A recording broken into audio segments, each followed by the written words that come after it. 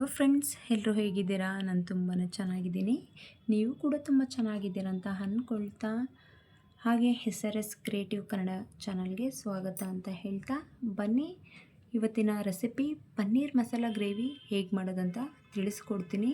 ಚಪಾತಿ, ರೋಟಿ, ಪರೋಟ ಜೊತೆಲಿ ತುಂಬ ಅದ್ಭುತವಾಗಿರುತ್ತೆ ಕಾಂಬಿನೇಷನ್ ಅಂತಲೇ ಹೇಳ್ತೀನಿ. ಬನ್ನಿ ಹೇಗೆ ಮಾಡೋದು ಅಂತ ನೋಡ್ಕೊಬರೋಣ. ಗೈಸ್, ಮೊದಲಿಗೆ ನಾನು ಕಡೆಯನ್ನು ಇಟ್ಕೊಂಡು ಕಡೆ ಬಿಸಿಯಾಗಿದ ನಂತರ 2 ಟೇಬಲ್ ಸ್ಪೂನ್ ಆಗೋಷ್ಟು ಆಯಿಲನ್ನು ಕೂಡ ಹಾಕಿದ್ದೀನಿ. ಆಯಿಲ್ ಬಿಸಿಯಾಗಿದ ನಂತರ ಒಂದೊಂದೇ ಇಂಗ್ರೀಡಿಯೆಂಟ್ಸ್ನ ಆ್ಯಡ್ ಮಾಡ್ಕೊಂಡು ಹೋಗೋಣ. ಚಕ್ಕೆ, ಲವಂಗ, ಹಾಗೆ ಏಲಕ್ಕಿ 2 ಇದು, ಮತ್ತು ಹಾಗೆ 1 ಸ್ಪೂನ್ ಆಗೋಷ್ಟು ಧನಿಯಾ ಕೂಡ ತೊಗೊಂಡಿದ್ದೀನಿ. ಇಷ್ಟೆಲ್ಲ ಎಣ್ಣೆಯಲ್ಲಿ ಫ್ರೈ ಮಾಡ್ಕೊಳ್ಳೋಣ ಒಂದೊಂದಾಗೆ. ಹಾಗೆ ಇದ್ರ ಜೊತೆಯಲ್ಲಿ 3 ಗ್ರೀನ್ ಚಿಲ್ಲಿ ಹಾಗೆ 3 ರೆಡ್ ಚಿಲ್ಲಿ ಒಣಮೆಣ್ಸಿನ್ಕಾಯಿ ಕೂಡ ಹಾಕ್ಕೊಂಡಿದ್ದೀನಿ. ಹಸಿಮೆಣ್ಸಿನ್ಕಾಯಿ ಹಾಗೆ ಒಣಮೆಣ್ಸಿನ್ಕಾಯಿ ಇವು ಕೂಡ ಫ್ರೈ ಮಾಡ್ಕೊಂಡಿದ್ದ ನಂತರ 1 ಮೀಡಿಯಮ್ ಸೈಜ್ ಆಗೋಷ್ಟು ಈರುಳ್ಳಿಯನ್ನು ತಗೊಂಡು ಸ್ಲೈಸ್ ಆಗಿ ಕಟ್ ಮಾಡ್ಕೊಂಡಿದ್ದೀನಿ ಉದ್ದುದ. ಹಾಗೆ ಅರ್ಧ ಗಡ್ಡೆಯಾಗೋಷ್ಟು ಬೆಳ್ಳುಳ್ಳಿ, ಹಾಗೆ 1/4 ಇಂಚ್ ಆಗೋಷ್ಟು ಶುಂಠಿಯನ್ನು ತಗೊಂಡು ಇದು ಕೂಡ ಫ್ರೈ ಮಾಡ್ಕೊಳ್ಳೋಣ. ಹಾಗೆ ಇದ್ರ ಜೊತೆಗೆ ಒಂದು 5ರಿಂದ 6 ಗೋಡಂಬಿ ಕೂಡ ತಗೊಂಡು ಅದನ್ನು ಕೂಡ ಆ್ಯಡ್ ಮಾಡಿಕೊಂಡು ಫ್ರೈ ಮಾಡ್ಕೊಳ್ಳೋಣ. ಹಾಗೆ ನಾನು ಒಣ ಕೊಬ್ಬರಿ ಕೂಡ ಹಾಕ್ಕೊಂಡಿದ್ದೀನಿ. ಸ್ವಲ್ಪ ನಾನು ತೊಗೊಂಡಿರೋದು ಒಣ ಕೊಬ್ಬರಿ, ಬಟ್ ತುರಿದಿಲ್ಲ, ಹಾಗೆ ಸ್ಲೈಸಾಗಿ ಕಟ್ ಮಾಡ್ಕೊಂಡು ನಾನು ಹಾಕ್ಕೊಂಡಿದ್ದೀನಿ. ಸ್ವಲ್ಪ ಎಳ್ಳನ್ನು ಕೂಡ, ಬಿಳಿ ಎಳ್ಳನ್ನು ಕೂಡ ಸೇರಿಸ್ಕೊಂಡಿದ್ದೀನಿ. ಒಂದು ಸ್ಪೂನ್ ಆಗೋಷ್ಟು ಎಳ್ಳು, ಹಾಗೆ ಮೀಡಿಯಮ್ ಸ್ವೀಟ್ ಟೊಮೊಟೊವನ್ನು ಕೂಡ ನಾನು ಸ್ಲೈಸಾಗಿ ಕಟ್ ಮಾಡಿಕೊಂಡು ಇದು ಕೂಡ ಫ್ರೈ ಮಾಡ್ಕೊಳ್ತಾ ಇದ್ದೀನಿ. ಹಾಗೆ ಇದ್ರ ಜೊತೆಗೆ ಸ್ವಲ್ಪ ನಾನು ಸಾಲ್ಟನ್ನು ಹಾಕ್ತಾಯಿದ್ದೀನಿ. ಯಾಕಂದರೆ ಸಾಲ್ಟ್ ಹಾಕೋದ್ರಿಂದ ಟೊಮೊಟೊ ಬೇಗ ಸ್ಮ್ಯಾಶ್ ಆಗುತ್ತೆ ಅನ್ನೋ ಕಾರಣಕ್ಕೆ, ಅಂದರೆ ಮೆತ್ತಗಾಗುತ್ತೆ ಅನ್ನೋದಕ್ಕೆ.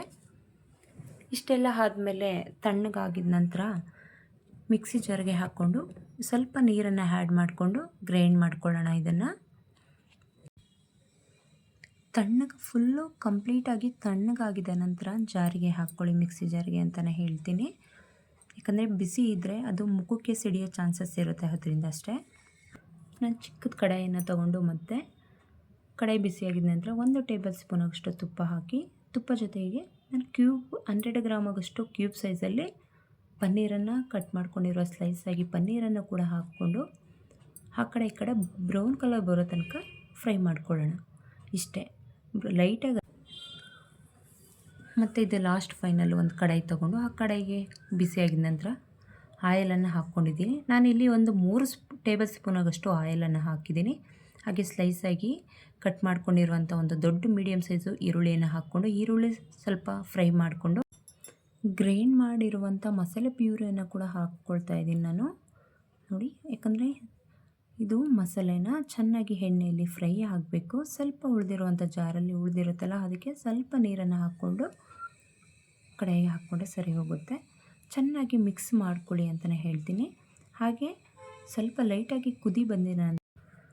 ಕುದೀತಾ ಇರುವಂಥ ಮಸಾಲೆ ಜೊತೆಯಲ್ಲಿ ನಾವು 1 ಟೇಬಲ್ ಸ್ಪೂನ್ ಆಗೋಷ್ಟು red chilli powder, 1 table spoon ಆಗೋಷ್ಟು ಧನಿಯಾ ಪುಡಿ, ಹಾಗೆ ಅರ್ಧ ಟೇಬಲ್ ಸ್ಪೂನ್ ಆಗೋಷ್ಟು ಗರಂ ಮಸಾಲ, 1/4 ಟೇಬಲ್ ಸ್ಪೂನ್ ಆಗೋಷ್ಟು ಅರಿಶಿಣ, ಇಷ್ಟೆಲ್ಲ ನಾವು ಚೆನ್ನಾಗಿ ಮಿಕ್ಸ್ ಮಾಡಿಕೊಂಡು ಹಸಿ ಸ್ಮೆಲ್ ಹೋಗೋ ತನಕ ನಾವು ಕುದಿಲಿಕ್ಕೆ ಬಿಡೋಣ. ಕ್ಯೂಬ್ ಸೈಜಲ್ಲಿ ಫ್ರೈ ಮಾಡ್ಕೊಂಡು ಇಟ್ಕೊಂಡಿರುವಂಥ ಪನ್ನೀರನ್ನು ಕೂಡ ಮಸಾಲೆ ಗ್ರೇವಿ ಜೊತೆಯಲ್ಲಿ ಮಿಕ್ಸ್ ಮಾಡೋಣ ಈಗ. ಯಾಕಂದರೆ ಮಿಕ್ಸ್ ಮಾಡಿ ಆನಂತರ ನಾನು ರುಚಿಗೆ ತಕ್ಕಷ್ಟು ಉಪ್ಪನ್ನು ಕೂಡ, ಸಾಲ್ಟನ್ನು ಕೂಡ ಹಾಕಿದ್ದೀನಿ. ಸ್ವಲ್ಪ 1/4 ಟೇಬಲ್ ಸ್ಪೂನ್ ಆಗೋಷ್ಟು ಶುಗರನ್ನು ಕೂಡ ಹಾಕಿದ್ದೀನಿ. ಶುಗರ್ ಹಾಕೋದ್ರಿಂದ ತುಂಬ ಚೆನ್ನಾಗಿರುತ್ತೆ ಟೇಸ್ಟು ಅಂತಲೇ ಹೇಳ್ತೀನಿ. ಹಾಗೆ 3ರಿಂದ 4 ಟೇಬಲ್ ಸ್ಪೂನ್ ಆಗೋಷ್ಟು ಮೊಸರು, ಗಟ್ಟಿ ಮೊಸರು, ಇದು ನಾನು ತೊಗೊಂಡಿರುವಂಥ ನಂದಿನಿ ಮೊಸರನ್ನೇ ತೊಗೊಂಡಿದ್ದೀನಿ. ಬಟ್ಟು ಹುಳಿ ಬಂದಿರುವ ಮೊಸರು ಯಾವುದೇ ಕಾರಣಕ್ಕೂ ಹಾಕ್ಲಿಕ್ಕೆ ಹೋಗಬೇಡಿ. ಹಾಗೆ ಕಸೂರಿ ಮೇಥಿಯನ್ನು ಕೂಡ ಹಾಕ್ಕೊಳ್ತಾ ಇದ್ದೀನಿ ಲಾಸ್ಟಲ್ಲಿ, ಕುದಿ ಬಂದಿದ ನಂತರ ಲಾಸ್ಟಿಗೆ ಇದು. ಆ ನಂತರ ಸ್ವಲ್ಪ ಹೊತ್ತು ಲಿಡ್ಡನ್ನು ಕ್ಲೋಸ್ ಮಾಡಿ ಕುದಿಲಿಕ್ಕೆ ಬಿಡೋಣ, ಒಂದು 2 ಮಿನಿಟ್ಸು. ನೋಡಿ, ಈಗ ನೋಡಿ ಪನ್ನೀರ್ ಮಸಾಲ ಗ್ರೇವಿ ಅಂತೂ ಮಸ್ತಿದೆ ಅಂತಲೇ ಹೇಳ್ತೀನಿ. ಮಸಾಲೆ ಜೊತೆಯಲ್ಲಿ ಈ ಥರ ಎಣ್ಣೆ ಬಿಟ್ಕೊಂಡ್ರೆ ಕರೆಕ್ಟಾಗಿ ಪರ್ಫೆಕ್ಟಾಗಿ ಆಗಿದೆ ಅಂತಲೇ ಅರ್ಥ. ತುಂಬ ಅಂದರೆ ತುಂಬ ಅದ್ಭುತವಾಗಿರುತ್ತೆ. ಚಪಾತಿ ರೋಟಿ ಪರೋಟ ಜೊತೆಗಂತೂ ಲಾಸ್ಟಲ್ಲಿ ಸ್ವಲ್ಪ ಕೊತ್ತಂಬರಿ ಸೊಪ್ಪನ್ನು ಕೂಡ ಚಿಕ್ಕ ಚಿಕ್ಕದಾಗಿ ಕಟ್ ಮಾಡಿಕೊಂಡು ಹಾಕಿದ್ದೀನಿ. ಇಷ್ಟೇ ಗೈಸ್, ಇದರ ಪ್ರೋಸೆಸ್ ಇಷ್ಟೇ. ಇವತ್ತಿನ ವಿಡಿಯೋ ನಿಮಗೆ ಇಷ್ಟ ಆಗಿದ್ದರೆ ಲೈಕ್ ಮಾಡಿ, ಹಾಗೆ ಶೇರ್ ಮಾಡಿ. ವಿಡಿಯೋ ಹೇಗಿದೆ ಏನು ಅಂತ ಕಮೆಂಟ್ ಮಾಡಿ ತಿಳಿಸಿ. Bye bye, take care. ಮತ್ತೆ ಮುಂದಿನ ಲಾಗಲ್ಲಿ ಸಿಗೋಣ ಅಂತ ಹೇಳ್ತಾ bye bye, take care, see you in the next log.